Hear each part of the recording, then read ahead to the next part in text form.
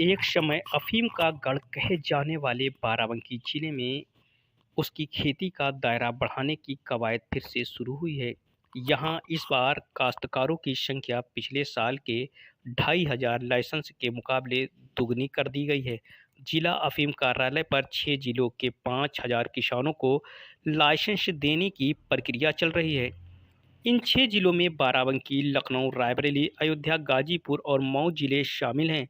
सबसे ज़्यादा लाइसेंस बाराबंकी में जारी हैं। इस बार विभाग काश्तकारों को लाइसेंस ऑनलाइन भी जारी कर रहा है। वहीं नारकोटिक्स विभाग इस बार बाराबंकी में चीरा लगाकर अफीम पैदा करने के मुकाबले विदेशों की तर्ज पर सीपीएस पद्धति से अफीम की खेती के लिए अधिक किसानों को पट्टे जारी कर रहा है, क्योंकि इस तकनीक से अफीम की चोरी, तस्करी जैसे अपराधों पर अंकुश लग सकता है। साथ ही इसमें फसल पर मौसम की मार का खतरा भी कम रहता है। सीपीएस पद्धति से एक तरफ जहां तस्करी की संभावना कम रहती है, तो वहीं अफीम उत्पादन का ये सही तरीका भी है, क्योंकि इसमें फसल पर मौसम की मार का खतरा भी कम रहता है। दरअसल सीपीएस पद्धति में सीधे डोडे में अफीम निकालते हैं। इस प्रक्रिया से अफीम में मार्फिन, कोडीन, फास्फेट और अन्य रसायन की गुणवत्ता बहुत ही अच्छी रहती है। ऑस्ट्रेलिया समेत कई देशों में सीपीएस पद्धति से अफीम की खेती की जा रही है। हालांकि भारत में अभी भी परंपरागत खेती के तहत डोडे में चीरा लगाकर उसका दूध बर्तन में इकट्ठा किया जाता है। ये दूध अफीम बनाने के बाद नारकोटिक्स विभाग को दिया जाता है। वहीं सीपीएस पद्धति के तहत फसल में जब डोडे और अफीम लगती है, तो सरकार पौधे के अधिकांश भाग को काट लेती है। मशीनें से डोडे के अंदर से अफीम निकाली जाती है। इसमें अफीम करीब 40% ही निकलती है, लेकिन इससे अफीम की चोरी, तस्करी जैसे अपराधों पर अंकुश लगता है। वहीं जिला अफीम अधिकारी लालाराम दिनकर ने बताया, इस बार चीरा लगाने के मुकाबले सीपीएस पद्धति के ज़्यादा लाइसेंस जारी किए जा रहे हैं।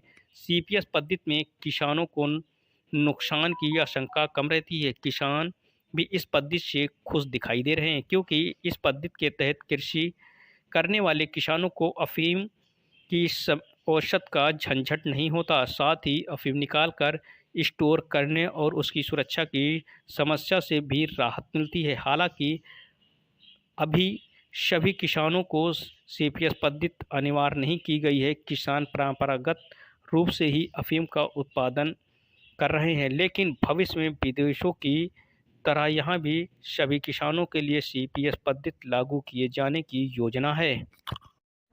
इस बार लगभग 5000 काश्तकारों को लाइसेंस दिए जाने का हमने टारगेट बनाया है।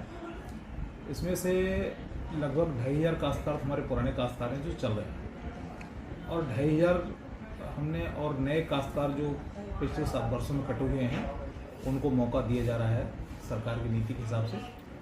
तो लगभग 5000 काश्तकारों को हमने लाइसेंस देने का प्रोग्राम बनाया है, और ये प्रक्रिया इस बार एक सबसे बड़ा जो सरकार का प्रयास है वो ये है कि काश्तकारों को ऑनलाइन लाइसेंस दिए जा रहे हैं।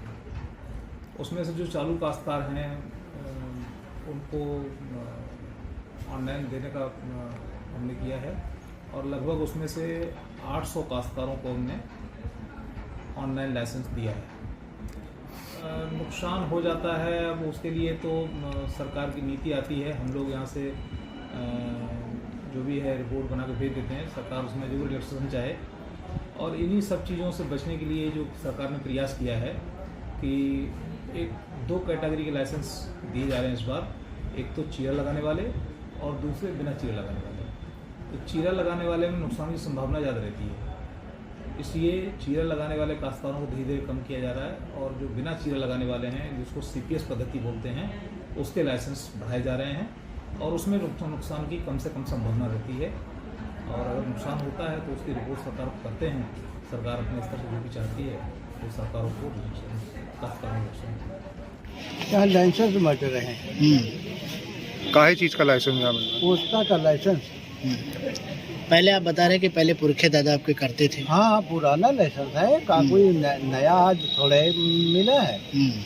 पुराना लाइसेंस है पहला अब बुलाया गया है। हाँ बुलाया गया है, आज मिला है, अब वो मिल रहा है।